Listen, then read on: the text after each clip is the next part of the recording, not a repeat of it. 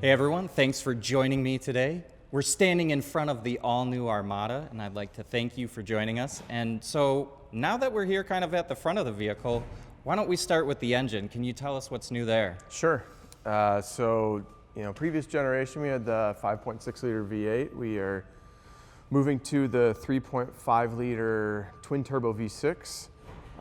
With that change, luckily for the customers, they're getting better fuel economy out of it, but the big story here is that the horsepower increases substantially by 25 horsepower, but the bigger story is the torque goes up by 103 pound-feet of torque. So it's a very smooth powertrain. It's the VR35, so it's part of the VR engine family within Nissan, which is including the GTR, and then other products like the current Nissan Z, which has the VR30, and then our Infiniti products like the Q50, Q60 had the VR30 engine. So it's got a long history here. So a lot of pedigree with this engine. A lot of pedigree, a lot of miles have been driven on this powertrain. Obviously, we've made it unique for this vehicle, more for the truck setting. We stroked it to get it to 3.5 liters, but there's a lot of history and a lot of capability behind it that we've already developed. And then you've now matched that to a new 9-speed auto? That's correct. We went from the 7-speed to the 9-speed automatic. It's mechanically the same as what you would find in a Frontier or the previous generation Titan, but it's tuned specifically for mating up to this engine. And then something everybody always wants to know when someone switches from a V8 to a V6, towing capacity. Of course. So we had 8,500 pounds of towing capacity on the previous generation, whether it was two-wheel drive or four-wheel drive. We maintain that on the new one. So from there, why don't we go to chassis? I know you guys Sure. have made some pretty big upgrades there for the Armada. Yeah, so for your Pro 4X trim and your Platinum Reserve trim, you get standard the air suspension. So that helps in a number of ways. Your body roll is better controlled, especially on your twisty roads. In the Pro 4X, which obviously this isn't this Platinum Reserve, but in the Pro 4X trim, it really helps for the off-roading scene. So your ground clearance is 9.6 inches on that vehicle and this vehicle. We can go down 2 inches for an entry mode, make it easy to get in and out, which this vehicle is actually in the entry mode right now. But you can go up 2 inches, 2.1 inches to 11.6 inches for your off-road scenes, which is great to get over those rocks and stumps and things like that. And then you obviously are setting off that whole look with these big 22s on this vehicle as well. Correct, yeah, these are unique to the Platinum Reserve. So you get the nice Bridgestone Alenza 22s. On the Pro 4X, you get the 20s. On our SL model, you also get the 20s. So.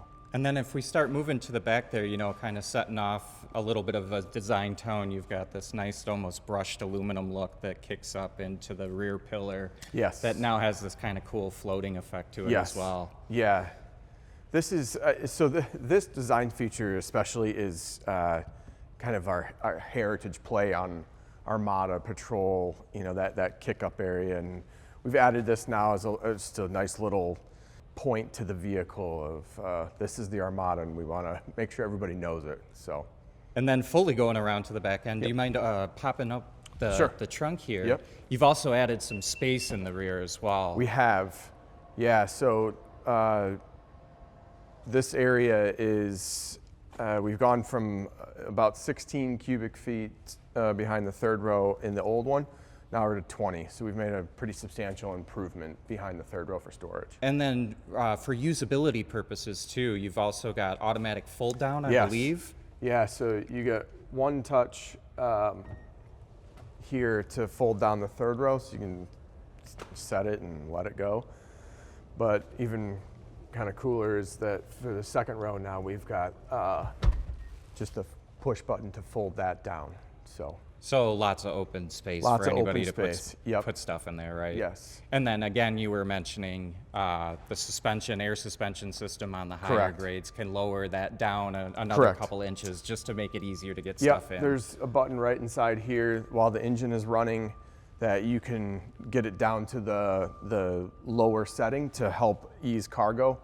If you had a reason to raise it up back here, you could also raise it back up. You just have to have the engine running, which you can do. It'll work with remote engine start. So if you're walking out to the car, start the engine, open the lift gate, and you can lower the vehicle down. Awesome. Why don't we hop in and take a look at some of the stuff on the inside? Sounds good. All right, so cool. Now we're in the inside here, and clearly jumps out at you right away. Nice big screens that you got there. Can you tell me about those a little bit? Yeah, so these are the dual 14.3-inch screens. It's Platinum Reserve, Pro 4X. You get these screens standard. On our lower trims, you get dual 12.3. So still very nice looking appearance overall, but this is definitely the top of the line here. We've got, some of the new camera technology is really where, we can give the customer some additional kind of wow features. So as you can see, this is our front view with which was kind of a Nissan first with that around view monitor, but you can change this up and now you've got your skeleton view. So it's kind of taking the hood away. It's showing dark right here right now because we don't have a camera underneath the vehicle, but once you start rolling forward, it will stitch everything together and that will be filled in. So you can essentially see through the vehicle, Correct. see through the hood. Correct. Again, kind of talking to that off-road ability. That's correct. Another key feature for that. That is correct. And even, for especially a Platinum Reserve where you're probably not going to be going off-road much, getting into a car wash, lining up your tires with those tracks, that this type of view can really help with that type of situation. One kind of cool feature is that if I hit this expand, it expands out onto most of the two screens to really enhance that view. You can do this expansion with this view or just the pure front view. So there's Wade from product planning sitting there. So you can see like how much wider your view does get. One of the cool features I do want to point out is if you're in a situation where you're pulling out of your neighborhood and you've got trees, or you're pulling out of a complex and the buildings are close to the road, so it's hard to see around. There's these views can really help because it's using the cameras at the front and the mirrors to get out in front. There's a tag here. It says camera view will view saved and will appear whenever you arrive at this location. So it geotags this specific location. So every time that you come up to it, it will automatically pull up into this. So then you don't have to worry about always hitting it. It will know, okay, the driver wants it to come up, it will come up, and then you'll be able to easily see automatically. Oh, so a frequent spot that you're always Correct. at that you might have a hard time Correct. seeing, Yep. it's always just going to pop up for you automatically. Yes. That's pretty Yes. cool, yeah. Yep. So. And then, talking tech, some of the other tech that you have in this vehicle is your Pro Pilot. Yes. So this has, again, as top of the line is Pro Pilot 2.1. That's available on obviously this trim, the Pro 4X and SL. That is your eyes forward, hands off type system. And there's a little monitor right here that will make sure that you're looking forward. And if you're not looking forward, it will warn you in the meter. And if you're really not looking forward for a while, it will start buzzing at you and shut the system down that you have to take over. But it's a system that works on HD mapped highways, which in the US we have 200,000 plus miles of HD mapped highways that the system will work on. Cool. And then why don't we talk about usability a little bit? I see in this model you're using toggle switches for Yes. your HVAC control Yes. system. And even right below that, you've now gone to a push button selector for your gears. We have, yeah. So one of the big reasons that we did the push button gears is to open this space up, keep it flat, and obviously from a styling standpoint, it gives it a very clean appearance. But from a pure customer standpoint, it allows us, you know, to have this nice big wireless charger. It allows us to have, you know, good space for 2 cup holders, and you're not reaching over a shifter. You're not having to, you know, lift it up and get it over, or, you know, so it allows us to kind of clean it up and make it more usable. You know, we've got a cover here, so you can even put a couple phones here, or you know, if you have a purse, you can put your purse here, for instance. So from a button standpoint, we are, you know, as a company, we're very well aware that a lot of customers are very sensitive to, you know, a lot of buttons going away. Obviously, not having a lot of buttons gives it a very clean appearance. So we wanted to find that balance and minimize how many buttons we have, but make sure that we have the key ones. So we've got all your HVAC controls, heated seat controls, heated steering wheel controls, all right here. Very easy to use. You got your drive modes here, and your 4-wheel drive controls are here as well. And then you got volume knob, which is key. We always want to keep our volume knob. And then we've got the seek track and camera button as well. You know, I said the first thing that you kind of notice when you step into the vehicle is the big screens there. But truthfully, you know, it's probably the seats. Yes. It seems like not only just the seats, but the materials all around the interior have kind of a step up from the previous model. Yeah. So our senior design director, Ken Lee, he and his team put a lot of time and effort into optimizing the soft touch points in this vehicle. So as you'll see, you know, very nice accented stitching and, you know, contrast colors to really give it a premium feel, but it doesn't feel premium at the expense of durability. So, you know, that was kind of the goal, was premium but durable. And you know, this is still a family car at the end of the day, and you're going to be going on road trips, and the kids are going to step between the first row and the second row. It's inevitable. But we want to make sure that it's ready for that kind of activity. The seats are zero gravity seats. This is not necessarily anything new to Nissan, but it is new to the Armada in this generation. Front row and then second row outboard. So everybody is going to have a very comfortable, calm ride for those long road trips that we expect people to take in the Armada. Yeah, no, and just even speaking on, you know, the seats in the Kicks and the seats in the Murano, having experienced those, Yep. They're very good. And I think you have even more adjustment in these ones and a massaging feature too. Yes, so yeah.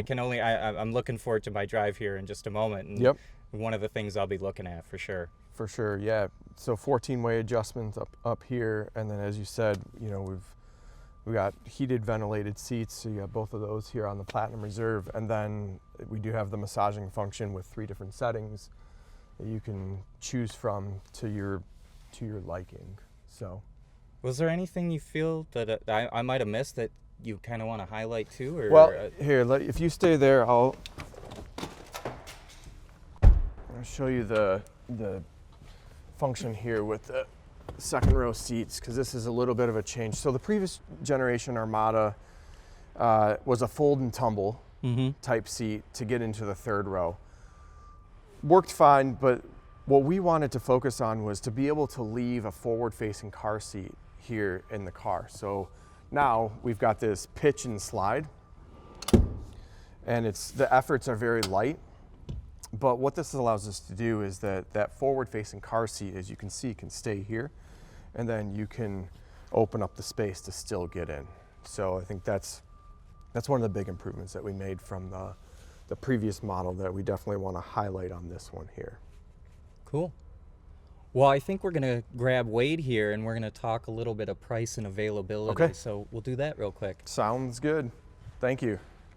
All right, so I've got Wade here to talk price and availability. Now, is the vehicle in production and is it at dealerships yet? Yes, it went into production in late 2024, and we're happy that it hit dealerships in December. So it's starting to flow. You'll see it at your local dealer here within the next few days. And I know something that everybody's going to want to ask about is ProPilot. What does that cost? Perfect. Yeah, so ProPilot Assist package, it's available on 3 different grades. On Platinum Reserve, it's $2,900, and then it's available on SL and Platinum at a slightly higher price because you're getting more content to match the level that's needed with the ProPilot Assist 2. We need to add the head-up display, the ambient lighting, as well as the AVM.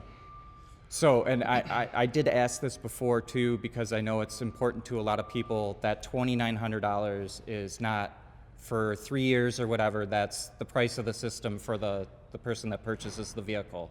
Correct. Yeah, that's the price, and it enables that feature to work through the life of the vehicle.